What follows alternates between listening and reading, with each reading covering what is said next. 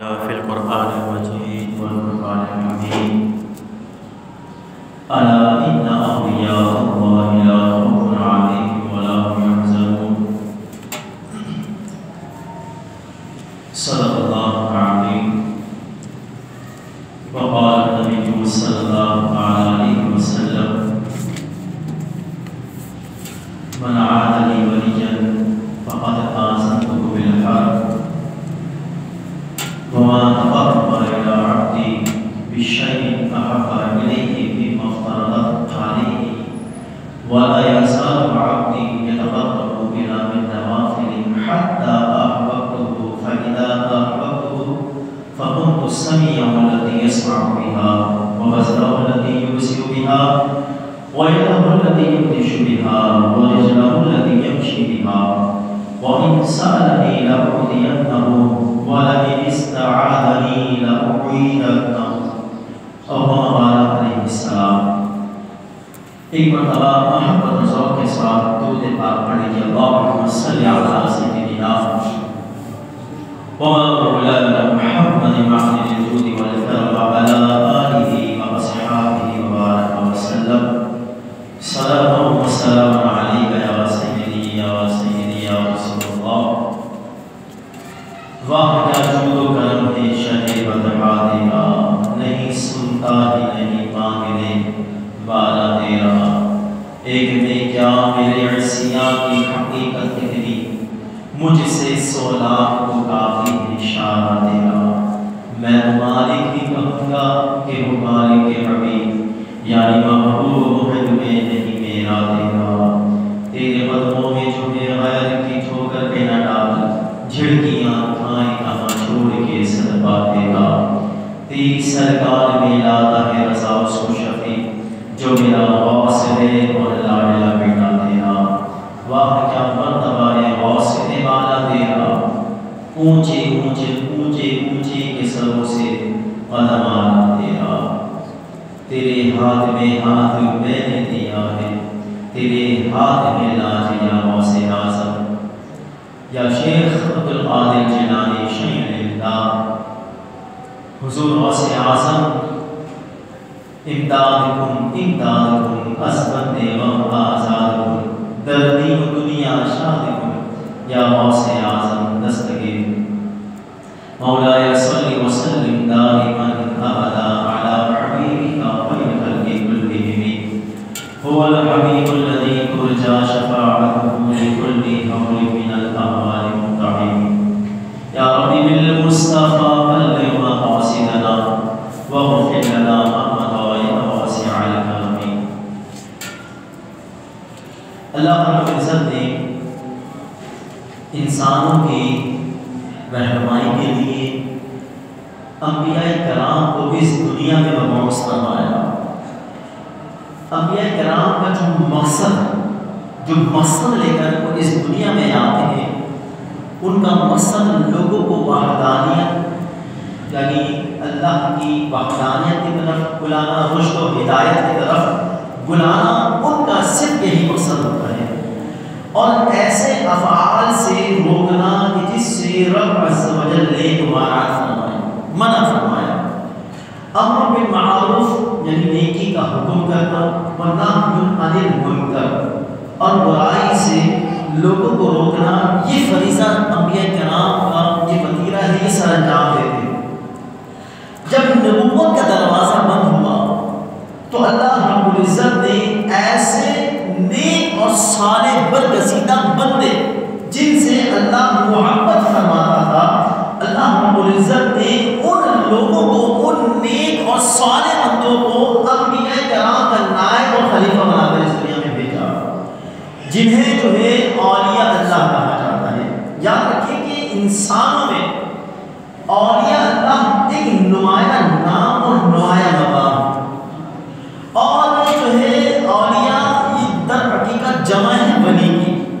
ولی کا مطلب یہ ہوتا ہے کہ جس کے بارے میں مفہوم یہ بیان کیا کہ ولی اسے کہتے ہیں جس کے اگر ہم لغوی معنی دیکھیں، ڈکشنری کے اندر اگر ہم ولی کا معنی دیکھیں تو ہمیں ولی کا معنی دوست کے ملے گا، کہ ولی دوست کو بولتے ہیں. مقرب کو بولتے ہیں، اور جو قریب تر ہو اسے جو ہے دوست ولی کہا جاتا ہے. اسی طرح مددگار کو بھی ولی کہا جاتا ہے. تو ولی یہ واحد ہے، اور اسی طرح اس کی جو جمع آتی ہے وہ اولیاء آتی ہے. تو جس طرح اہل بیت اطہار یہ ایک گروہ ہے، ایک طبقہ ہے، صحابہ کرام یہ ایک طبقہ ہے، ایک گروہ، ایک جماعت کو صحابہ کہا جاتا ہے جنہوں نے حضور کو ایمان کی حالت میں دیکھا، انہیں صحابہ. تو صحابہ بھی ایک طبقہ ہے.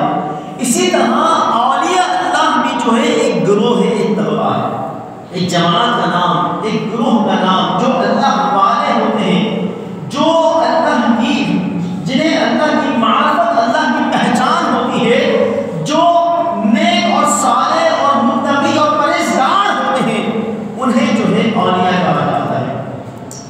تو انہی اولیاء اللہ میں جو نمایاں نام، جو بالکل واضح جو نام ہمارے سامنے ہیں، جو ہائلائٹ ہے ہمارے سامنے، اس ہستی کو الشیخ عبد القادر جیلانی البغدادی کہا جاتا ہے.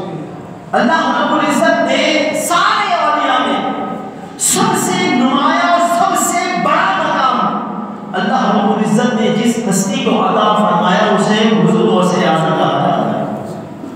یہ آپ کا صفاتی نام ہے. غوث اعظم خود سے آپ نے اپنے آپ کو غوث اعظم نہیں، بلکہ اللہ نے آپ کو غوث اعظم بنایا. غوث کا مطلب ہوتا ہے مددگار، اعظم سب سے بڑا. اب لوگ یہاں کہتے ہیں کہ بھئی غوث اعظم تو اللہ ہے، اللہ کے علاوہ غوث اعظم کون؟ تو جناب اگر آپ یہ کہتے ہیں کہ صرف اللہ ہی غوث اعظم ہے، تو قرآن میں تو اللہ یہ بھی فرما رہا ہے المؤمن المہیمن العزیز الجبار المتکبر.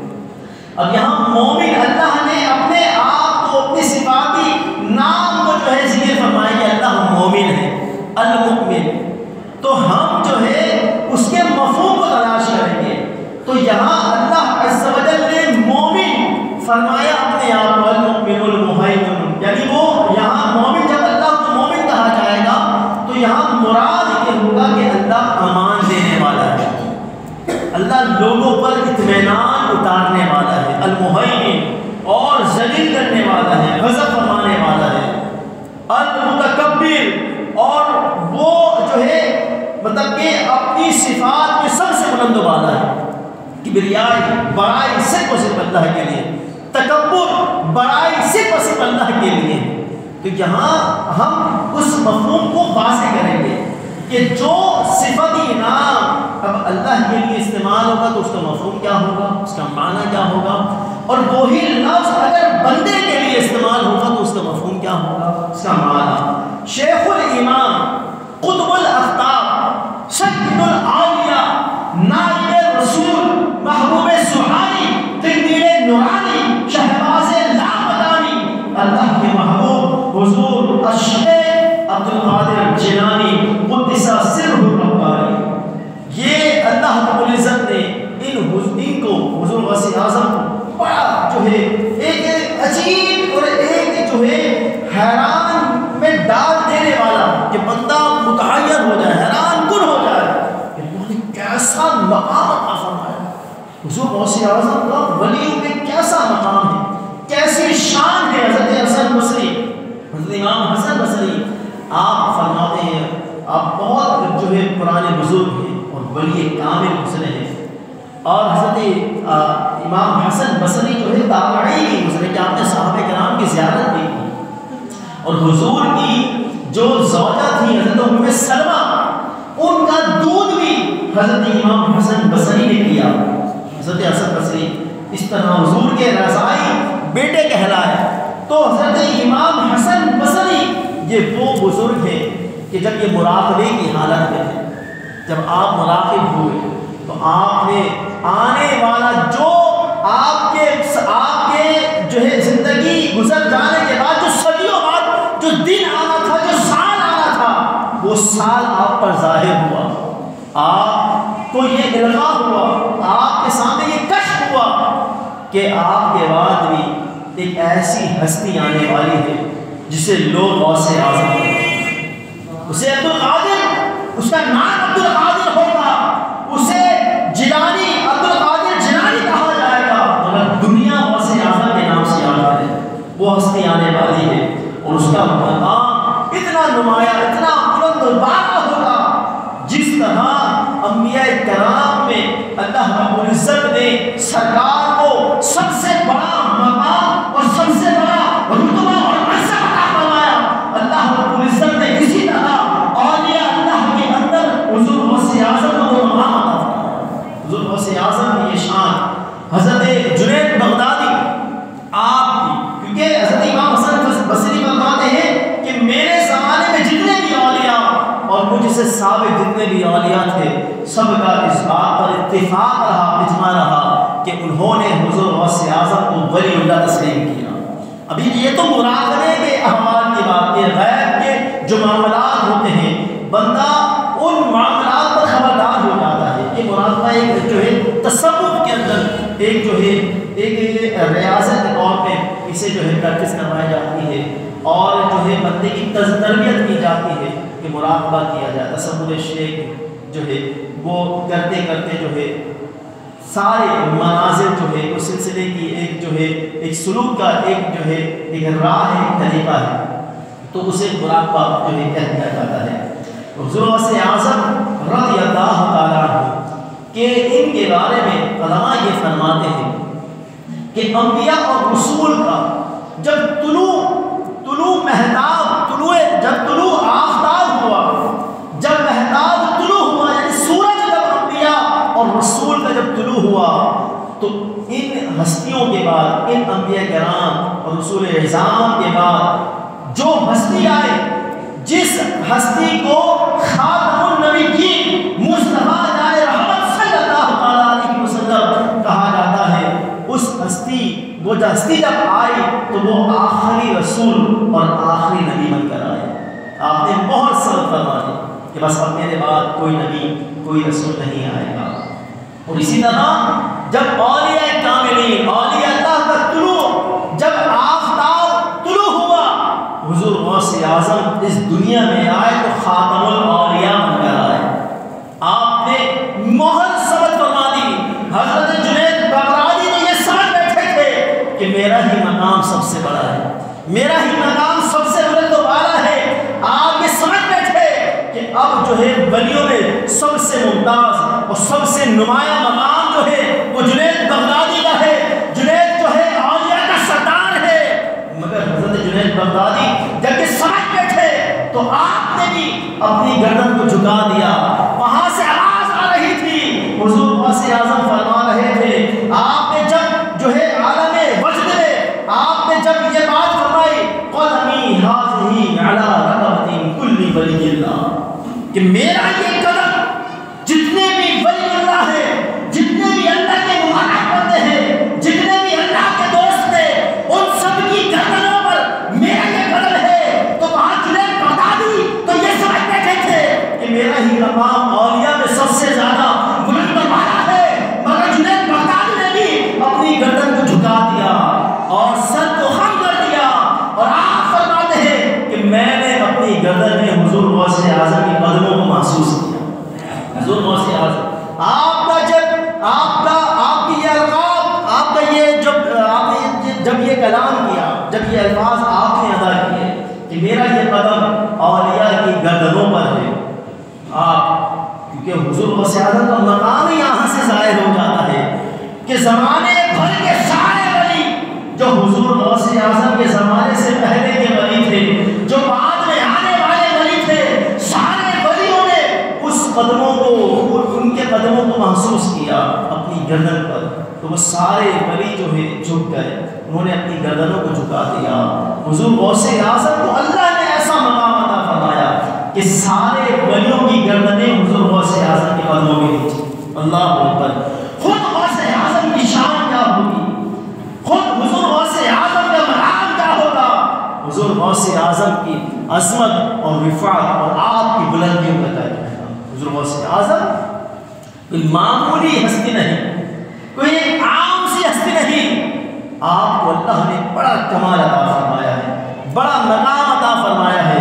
حضور غوث اعظم رضی اللہ تعالیٰ عنہ، آج ہم انہی کی عظمت و شان کو جو ہے سننے کے لیے یہاں پر جمع، جس آیت مقدسہ سے سورہ یونس کی آیت کریمہ میں نے آپ کے سامنے تلاوت فرمائی، اس آیت کریمہ میں اللہ رب العزت یہاں اولیاء کی شان بیان فرما رہا ہے۔ اولیاء کو کوئی جو ہے مطلب کہ برا نہ سمجھے کہ اولیاء کا کوئی مقام ہی نہیں، یہ اللہ کے جو ولی مطلب کہ ان کی اللہ کی جو ولی ہوتی ہے ان کی بڑی شان ہوتی ہے، لیکن اولیاء اللہ کو اپنے جیسا بھی نہ سمجھے اور ان سے بغض و عناد اور ان سے عداوت بھی نہ رکھے، ان سے حسد بھی نہ کرے، کیونکہ اولیاء کو اللہ نے ایک مقام عطا فرمایا ہے۔ اور خود جو ہے قرآن کریم میں اللہ رب العزت نے مختلف مقامات پر جو ہے یہ ذہن دیا، یہ جو ہے لوگوں میں اللہ رب العزت نے فکر پیدا فرمائی کہ اولیاء اللہ کوئی معمولی ہستی نہیں، اولیاء اللہ کی شان یہ ہے، اولیاء اللہ کا مقام یہ ہے کہ قرآن کریم میں اللہ فرماتا ہے الا ان اولیاء اللہ لا خوف علیہم ولا هم يحزنون، کہ اولیاء اللہ در حقیقت وہ اللہ والے، اللہ کے نیک بندے وہ ہیں اولیاء اللہ کہ جن پر نہ ہی کوئی خوف اور نہ ہی کوئی غم، وہ حزن و ملال میں بھی مبتلا نہیں، ان پر کوئی خوف بھی نہیں۔ اولیاء اللہ کی یہ شان ہے، اور شان آگے اللہ رب العزت یہ بیان کرتے ہوئے مزید یہ فرماتا ہے الذین آمنوا وکانوا یتقون، یہ اولیاء اللہ کی شان یہ ہے کہ وہ صاحب ایمان اور صاحب تقویٰ ہوتے ہیں، وہ پرہیزگار ہوتے ہیں، وہ اللہ سے ڈرنے والے ہوتے ہیں، وہ اللہ کے آگے جھکنے والے ہوتے ہیں، وہ اللہ کی سننے والے ہوتے ہیں، اللہ کی اطاعت کرنے والے ہوتے ہیں۔ ان کے دلوں میں غیر کی محبت نہیں، دنیا کی محبت نہیں، بلکہ اللہ کی محبت ہوا کرتی ہے۔ وہ متبعین رسول ہوتے ہیں، وہ رسول کی بھی اطاعت اور اتباع کرنے والے ہوتے ہیں۔ تو یہاں خوف اور فرمایا کہ کوئی خوف نہیں، کوئی غم نہیں، تو یہاں خوف اور غم کو ہم سمجھیں کہ خوف کہتے کسے ہیں اور غم کسے کہتے ہیں۔ تو خوف سے مراد جو ہے یہ بات یاد رکھیں، خوف کا مفہوم یہ ہے کہ مستقبل میں کوئی بھی ایسی چیز، ایسا کام پیدا ہونے والا ہو جس سے انسان کے دل پر گھبراہٹ جو ہے محسوس ہو، اس کا دل گھبرا جائے۔ مستقبل میں کوئی بھی آنے والا کوئی بھی ایسا وقت ہو، ایسی گھڑی ہو کہ وہ اس آنے والے وقت سے پہلے ہی گھبرا رہا ہو، اس پر خوف طاری ہو رہا ہو، اسے جو ہے خوف کہا جاتا ہے، اور اردو میں اس کا ترجمہ ڈر ہے۔ حزن کسے کہتے ہیں؟ ماضی کے اندر کوئی بھی ایسی چیز فوت ہو جائے یا ضائع ہو جائے، گم ہو جائے، ضائع ہو جائے، تو جس کے ضائع ہونے یا جس کے فوت ہونے پر انسان کے دل پر جو ہے غم محسوس ہوتا ہے، رنجیدہ ہو جاتا ہے، غم زدہ ہو جاتا ہے، اسے حزن کہا جاتا ہے، اور اردو میں اسے غم اور رنج سے تعبیر کیا جاتا ہے۔ تو یہاں مطلب یہ ہوا کہ اللہ رب العزت جسے اپنا دوست بنا لیتا ہے، جسے ولایت کا تاج بناتا ہے، تو نہ ہی اسے کوئی خوف ہوتا ہے اور نہ ہی وہ غم میں مبتلا ہوتا ہے، بلکہ اللہ رب العزت جو ہے اس کے ارد گرد سے ساری مصیبتیں، پریشانیاں، خوف اور غم جو منڈلا رہی ہوتی ہیں ان سب کو دور کر دیتا ہے۔ یہ تو وہ دربار ہوتا ہے، یہ اللہ والے تو وہ برگزیدہ ہوتے ہیں، اگر ان کے دربار میں کوئی حاجت رہا، کوئی جو ہے پریشان مصیبت میں مبتلا، کوئی بھی خوف اور غم کے اندر مبتلا شخص بھی اگر ان اللہ والے کے دربار میں آ جائے تو اللہ عز و جل اس کے خوف کو دور کر دیتا ہے، اس کے غم کو دور کر دیتا ہے، اس کی مشکل کو آسان کر دیتا ہے، اس کی مشکلیں آسان ہو جاتی ہیں۔ حضرت امام شوافی جو ایک طبقہ ہے، ایک مسلک ہے، چونکہ 4 مسالک ہیں، فقہ حنفی، فقہ شافعیہ، فقہ مالکیہ اور فقہ حنبلیہ۔ تو شوافی فقہ شوافی کے جو امام گزرے ان کا نام تھا محمد بن ادریس، اور آپ امام شافعی کے نام سے مشہور ہوئے، اور امام شافعی جو تھے امام اعظم ابو حنیفہ کے شاگردوں کے شاگرد تھے، امام محمد کے شاگرد تھے امام شافعی۔ امام شافعی آپ فرماتے ہیں، امام اعظم ابو حنیفہ کا جو مزار مقدسہ ہے وہ بغداد شریف میں ہے، امام شافعی فرماتے ہیں کہ جب مجھے کوئی مشکل مسئلہ پیش آتا، جب میں مشکل کے اندر پھنس جاتا، کیونکہ آپ کا فقہ سے تعلق تھا، علوم سے تعلق تھا، تعلیم و تعلم سے آپ کا تعلق تھا، تصاریف سے آپ کا تعلق تھا، لوگوں کو درس و بیان کرنا، وعظ و نصیحت کرنے سے آپ کا تعلق تھا، علم سے ایسے وابستہ تھے، امام تھے، مجھے نہیں تھے. تو امام شافعی فرماتے ہیں کہ جب میں مشکل مسئلے کے اندر پھنس جاتا اور وہ مشکل حل نہ ہوتی، وہ پریشانی مجھ سے دور نہ ہوتی، وہ مشکل مسئلہ مجھ سے حل نہ ہوتا، تو امام شافعی فرماتے ہیں کہ میں وضو کرتا اور امام اعظم ابو حنیفہ کے روضے پر حاضر ہو جاتا. بلند آواز سے کہیے سبحان اللہ. امام اعظم ابو حنیفہ کے قبر انور پر حاضر ہو جاتا اور آپ کے قدموں میں کھڑے ہو کے میں کعبہ شریف کی طرف رخ کر کے، یعنی آپ کے مزار کے ارد گرد کھڑے ہو کے جو ہے میں 2 رکعات پڑھتا، اور 2 رکعات پڑھنے کے بعد امام اعظم کو اس کا ثواب پہنچاتا اور اللہ کی بارگاہ میں امام اعظم کا وسیلہ اور واسطہ پیش کر کے اللہ سے یہ عرض کرتا کہ اے مالک و مولا میری اس مشکل کو حل کر دے، میرا یہ مسئلہ بہت کھٹن مرحلے کے اندر میں پھنس چکا ہوں، مسئلہ جو ہے بہت زیادہ جو ہے مشکل درپیش ہے، یا رب العالمین. یہ امام اعظم ابو حنیفہ جو روزانہ آپ کے بارے میں آتا ہے کہ آپ مہینے میں 61 قرآن پاک جو ہے ختم کیا کرتے تھے، آپ کا یہ معمول تھا، اور زندگی کا ایک طویل عرصہ آپ نے گزارا، 90 سال کی تقریباً آپ کی عمر گزری ہے. روزانہ ماہانہ ہر مہینے آپ 61 قرآن پاک ختم کیا کرتے تھے. ایک آپ نماز میں پڑھا کرتے تھے، ایک آپ تہجد میں پڑھا کرتے تھے، اور ایک قرآن پاک رات میں جو ہے صبح پڑھا کرتے تھے. یہ امام اعظم ابو حنیفہ کی شان تھی اور بہت بڑا مقام تھا آپ کا امت کے اندر. تو امام اعظم ابو حنیفہ کا امام شافعی واسطہ دے رہے ہیں، جو ساری تفاصیل سے، ساری حدیثوں سے، سارے علوم سے واقف، مجتہد اپنے زمانے کے بہت بڑے فقیہ، بہت بڑے عالم، امام اعظم ابو حنیفہ کا واسطہ دے رہے ہیں کہ میری اس مشکل کو دور کر دے. آپ فرماتے ہیں کہ اس طرح جب بھی مجھے کوئی مسئلہ پیش آتا، میں امام اعظم ابو حنیفہ کا وسیلہ اور واسطہ دے کر اللہ سے سوال کرتا، اللہ میرے سوال کو پورا کر دیتا. امام شافعی سے اتنے بڑے آپ کہاں جا رہے ہیں مشکل مسئلے میں پھنسنے کے بعد؟ امام اعظم ابو حنیفہ کے روضے پر، آپ کے قبر انور پر.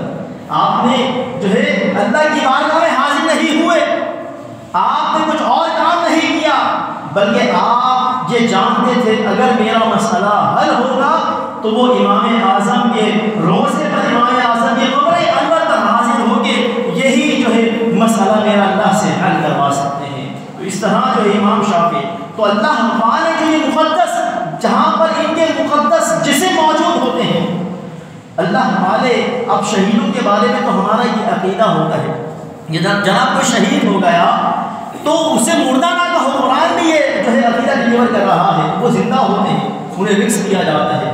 تو جناب ایک شخص اللہ کی راہ میں جاتا ہے، جہاد کرتا ہے، قتال کرتا ہے، ملک کی حفاظت کے لیے لڑتا ہے، یا جو ہے وہ مظلوم ہے اور اسے مار دیا جاتا ہے، وہ بے گناہ بے قصور ہے، اسے قتل کر دیا جاتا ہے، مار دیا جاتا ہے، ہم اسے کہتے ہیں کہ شہید ہے. اور شہید کے بارے میں ہمارا یہ عقیدہ ہے کہ شہید تو زندہ ہوتا ہے، اسے مردہ نہ کہو، اسے تو رزق دیا جاتا ہے، وہ تو اللہ کے قریب ہے، اللہ کے نزدیک ہے.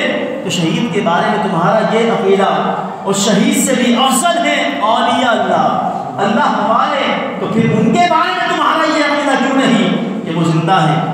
اولیاء اللہ ان کے بارے میں سرکار فرماتے ہیں کہ ذکر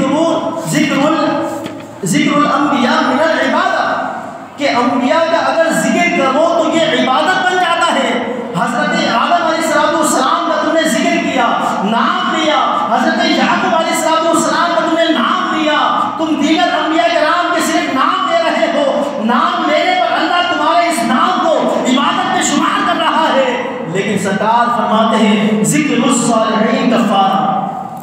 بلند آواز سے کہہ دیجیے سبحان اللہ. کہ اولیاء اللہ کا ذکر کرنا، اولیاء اللہ کی شان بیان کرنا، حضور غوث اعظم کے رتبے کو، مقام کو بیان کرنا، سرکار فرماتے ہیں کہ یہ گناہوں کا کفارہ بن جاتا ہے. اور پھر ایک مقام پر فرمایا کہ عند ذکر الصالحین تنزل الرحمہ، کہ جہاں نیک بندوں کا ذکر کیا جاتا ہے، جہاں اللہ والوں کا ذکر کیا جاتا ہے، تو اللہ کے محبوب فرماتے ہیں کہ وہاں پر اللہ کی رحمتیں اترتی ہیں، اللہ عز و جل کی رحمتوں کا نزول ہوتا ہے۔ غافل کا ذکر کیا جائے تو اللہ کی یاد سے غافل ہو تو اللہ وہاں لعنت برستی ہے، اور جہاں اللہ والوں کا ذکر کیا جائے تو وہ رحمتیں نازل ہوتی ہیں۔ ولی کے بارے میں ہم سنیں کہ ولی ہوتا کون ہے؟ ولی کوئی اتنی آسانی سے بن بھی نہیں جاتا، ولی کے لیے کسب ضروری ہوتا ہے، اکتساب ضروری ہوتا ہے کہ وہ محنت کرے، مجاہدہ کرے، اور زندگی کا اپنا ایک طویل عرصہ گزارنے کے بعد پھر جا کر اللہ اسے ولایت عطا فرماتا ہے، اپنا قرب عطا فرماتا ہے، اپنا دوست بناتا ہے۔ یہ تو شان ہے دیگر اولیاء اللہ کی، مگر جب ہم سنتے ہیں حضور غوث اعظم کے بارے میں، حضور غوث اعظم کے بارے میں آتا ہے کہ آپ اس دنیا میں تشریف لائے تو ماں کے پیٹ سے ولی بن کر پیدا ہوئے، آپ مادرزاد ولی تھے۔ حضور غوث اعظم آپ مادرزاد ولی، ماں کے پیٹ سے ہی آپ کو اللہ رب العزت نے ولایت عطا فرمائی۔ گویا کہ دنیا میں جب قدم رکھا ماں کے پیٹ میں آئے تو اللہ نے ولایت عطا فرمائی، عالم ارواح کے اندر ہی اللہ نے ولایت عطا فرمائی، اور ولایت کے اس مقام پر پہنچایا جہاں کوئی نہ پہنچ سکا۔ وہ پہنچ سکا تو صرف اور صرف حضور غوث اعظم کے قدموں تک پہنچ سکا، قدم سے آگے نہیں گیا۔ ایسا کمال اور ایسا مقام اللہ رب العزت نے حضور غوث اعظم کو عطا فرمایا۔ آپ کے والدین حضور غوث اعظم حسنی حسین سید تھے کہ آپ کے والد گرامی وہ حسنی سید زادے تھے اور آپ کی والدہ حسینی سید زادے تھے، تو ماں باپ بھی آل رسول، اور ماں باپ یہ کوئی جو ہے ایک عام سی شخصیت نہیں۔ حضور غوث اعظم کے والدین کے حوالے کو کرتے ہیں، میں صرف خلاصہ بیان کروں، وہ طویل بہت ہے اس میں۔ حضور غوث اعظم کے جو والدین کریمین تھے وہ اہل اللہ تھے۔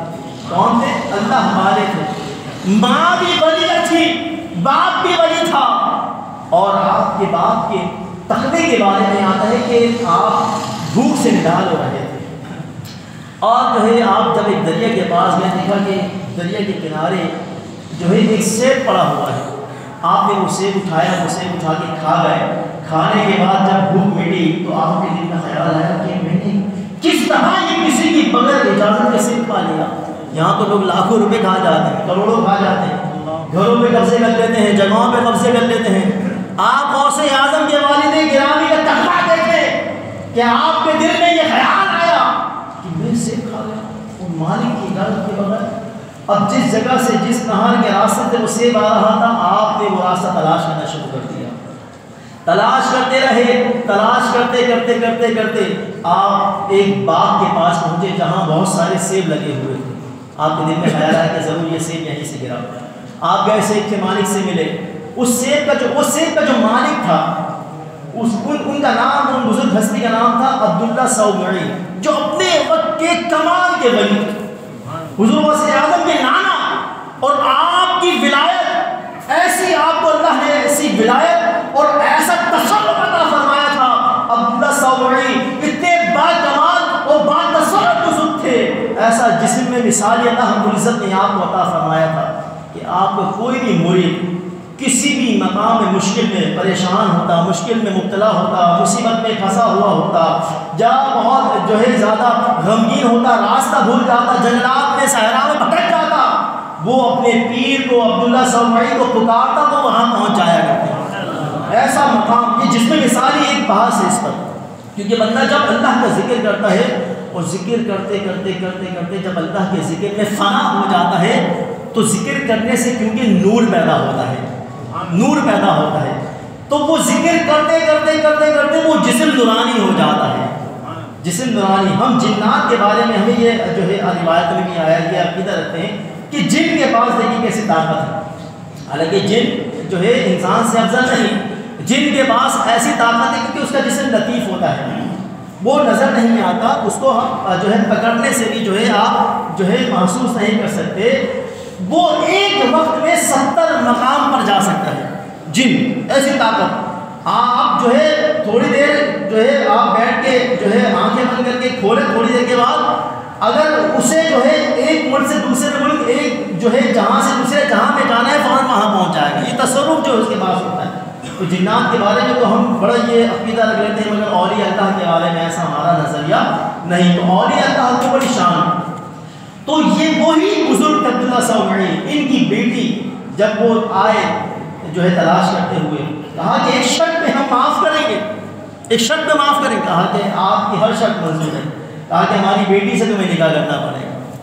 ہماری بیٹی آنکھوں سے اندھی ہے، کان سے بہری ہے، اور منہ سے گونگی ہے، ہاتھوں سے لولی ہے، پیروں سے لنگڑی ہے، بالکل آپائش ہے، لاغر ہے، تمہیں اس کے ساتھ نکاح کرنا پڑے گا. اب سیف معاف کروانا تھا، تقویٰ دے کے سیف معاف کروانا تھا. لیکن ابو صالح موسیٰ دوست جنگی، آپ حضور وسادم کے والد گرامی، آپ نے فرمایا کہ مجھے قبول ہے، مجھے قبول. حضور وسادم کی جو والدہ تھی ان کا نام تھا ام الخیر فاطمہ. تو آپ نے جب شرط قبول کی اور آپ کا نکاح کر دیا گیا. جب نکاح کیا گیا اور وہ جو رات تھی جب نکاح ہوا، نکاح ہونے کے بعد آپ حجرے میں جاتے ہیں. حجرے میں جا کے جب گھونگھٹ اٹھاتے ہیں تو دیکھتے ہیں کہ ایک حسین و جمیل عورت سامنے موجود ہے جس کے چہرے سے نور کی کرنیں ٹپک رہی ہیں. آپ دیکھ کر گھبرا کے فوراً بھاگے اور جو ہے سسر کے پاس، عبداللہ سومعی کے پاس نے کہا کہ حضرت میں جو ہے کسی اور حجرے میں چلا گیا، غلطی سے میں کسی اور خاتون کے پاس چلا گیا. آپ فرماتے ہیں کہ نہیں، وہ تمہاری ہی زوجہ ہے، تمہاری ہی بیوی ہے. کہا کہ آپ نے تو کہا کہ وہ اندھی ہے، لولی ہے، لنگڑی ہے، بہری ہے، گونگی ہے. کہا کہ وہ آنکھوں سے اندھی ہے اس بنا پر، اس وجہ سے کہ اس نے آج تک حرام نہیں دیکھا. وہ کانوں سے بہری اس وجہ سے ہے کہ اس نے آج تک جو ہے حرام نہیں سنا. وہ منہ سے گونگی اس وجہ سے ہے کہ اس نے آج تک جھوٹ نہیں بولا، کوئی حرام بات نہیں منہ سے نکالی، کسی حرام قدم جو ہے اس کے جو ہے حرام جگہ پر اس کے قدم چل کے نہیں گئے، کسی حرام کو نہیں چھوا. تو یہ وہ خاتون تھی، وہ ہستی تھی حضور غوث اعظم اور آپ کے والد گرامی. تو جب یہ دو ہستیاں اتنی بابرکت اور اللہ کے اتنے نزدیک ترین، اللہ کے اتنی جو ہے مقرب ترین ہستیاں، تو انہی ہستیوں سے جو اولاد پیدا ہوئی اس اولاد کو حضور غوث اعظم کہا جاتا ہے. حضور غوث اعظم فرماتے ہیں کہ میرا بڑا دل کرتا تھا کہ میں کھیلوں، کھیل کود کروں، لیکن جب میں کھیلنے جاتا تو جب جاتا تو مجھے غیب سے آواز آتی کہ عبدالقادر، ہم نے تمہیں کھیلنے کودنے کے لیے پیدا نہیں کیا. آپ دیکھیں سنتے 17-18 سال کی عمر ماں کے پاس آ جاتے، ماں اللہ کی ولی، روتے، پریشان ہو جاتے، گھبراہٹ پیدا ہو جاتی، بے چینی، بے قراری، اضطراب کی حالت پیدا ہو جاتی. اور ماں کو جب اپنا افسانہ سناتے ماں سمجھ جاتی. اور پھر کچھ ہی عرصے کے بعد آپ کے دل میں یہ تمنا پیدا ہوئی کہ ماں اب جو ہے، کیونکہ آپ جب جو ہے نابالغ کی عمر میں تھے، چھوٹے تھے، تو آپ کے والد کا انتقال ہو گیا تھا. آپ کے نانا عبداللہ سومعی انہوں نے بھی مزید آپ کی تربیت فرمائی. والدہ اب چھوٹے بھائی احمد جیلانی، وہ بھی کم سن چھوٹے ہیں، 7-8 سال کے تھے، اور یہ بڑے، یہی ماں کا سہارا. ماں کی عمر تھی 70 سال.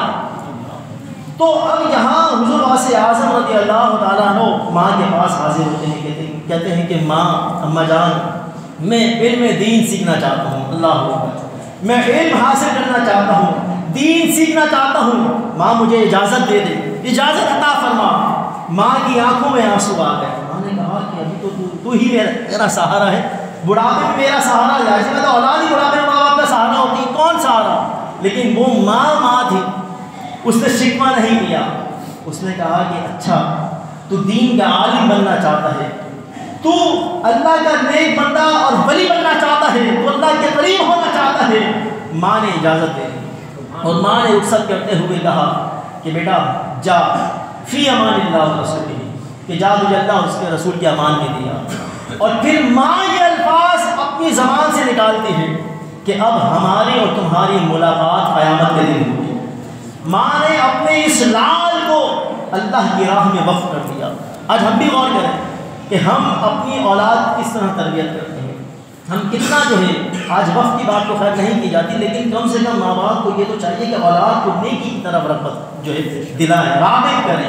تو حضور سے آدم، تو تو یہ پھر آپ نے جا کر سارے علوم حاصل کیے، قرآن پاک جو ہے آپ نے حفظ کیا، اور سارا جو ہے ریاضت اور مجاہدہ اور ساری عبادات اور ذکر و اذکار کرنے کے بعد آپ کے بارے میں، آپ کے احوال کے بارے میں آتا ہے کہ 15 سال تک تو ایک وقت ایسا آیا کہ 15 سال جو ہے حضور غوث اعظم نے ایسے گزارے کہ آپ فرماتے ہیں کہ نہ ہی میں کسی کو پہچانتا تھا، نہ ہی کوئی مجھے پہچانتا تھا۔ جنگلات میں آپ جو ہے آپ نے خلوت نشینی اختیار فرمائی، اور 25 سال دریا کے پانی درخت کے پتے کھا کے آپ نے گزارا کیا، اور وہاں سورہ مزمل، دعائے سحفی، چہل کا دیگر ذکر و اذکار میں مصروف رہے، ریاضت مجاہدے کے اندر مصروف رہے، اور جب آپ 40 سال تک آپ عشاء کے وضو فجر کی نماز پڑھتے رہے، جب یہ سارا جو ہے معاملہ آپ جہاں سے فارغ ہوئے تو سرکار دو عالم خواب میں تشریف لائے، اور حضور علیہ السلام خواب میں تشریف لا کر جو ہے آپ کو یہ نصیحت کرتے ہیں کہ عبد القادر اب بس بھی کرو، کیا ساری زندگی ریاضت کرتے رہو گے؟ تم جو ہے اہل عرب سے کلام کیوں نہیں کرتے؟ تم ان میں وعظ و نصیحت کی باتیں کیوں نہیں کرتے؟ خطابات کا سلسلہ کیوں نہیں کرتے؟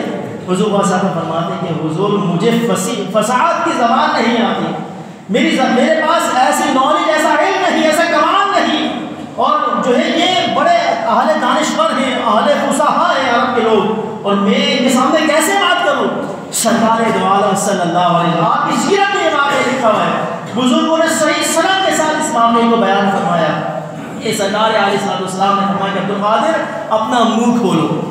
حضور غوث اعظم نے جب اپنا منہ کھولا تو سرکار علیہ السلام نے 7 مرتبہ اپنا لعاب دہن ڈالا، بلند آواز سے کہتے ہیں۔ پھر حضرت علی بھی ساتھ تھے، سرکار غوث فرماتے ہیں کہ حضرت علی نے 6 مرتبہ میرے منہ میں نے کہا، آپ نے 7 مرتبہ کہا کہ میں سرکار سے مقابلہ نہیں کرنا چاہتا۔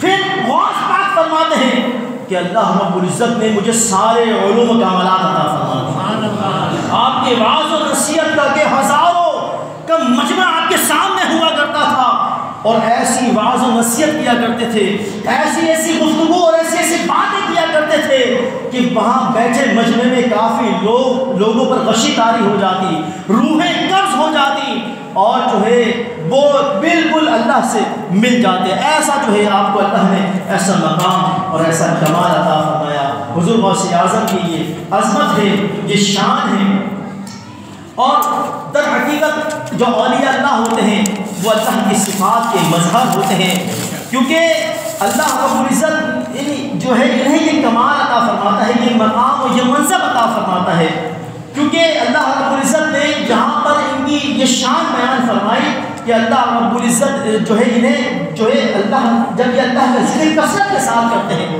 تو اللہ کا ذکر کر کے جو ہے اللہ عز و جل ان کو یہ کمال عطا فرما دیتا ہے کہ نہ ہی ان پر کوئی خوف ہوتا ہے اور نہ ہی ان پر کچھ غم ہوتا ہے۔ حضور غوث اعظم، اور پھر جو ہے یہ نہ سوچے کوئی کہ جتنے بھی اللہ کے ولی ہیں ان کے مزاروں پر جانے سے کچھ نہیں ہوتا، مزاروں پہ جانا شرک ہے، یہ غلط ہے، یہ بزرگوں کا طریقہ رہا ہے، اور جو ہے طریقہ کار یہی ہے کہ جب بھی کسی صاحب مزار کے در پر حاضر ہو تو فاتحہ کا اہتمام کریں، اور فاتحہ کا اہتمام کرنے کے بعد جو ہے ان کے توسل سے، ان کے وسیلے سے جو ہے اللہ کی بارگاہ میں سوال کرے، دعا کرے، تو اللہ عز و جل ضرور اس کے سوال کو پورا کرتا ہے، اللہ عز و جل ضرور اسے عطا فرماتا ہے۔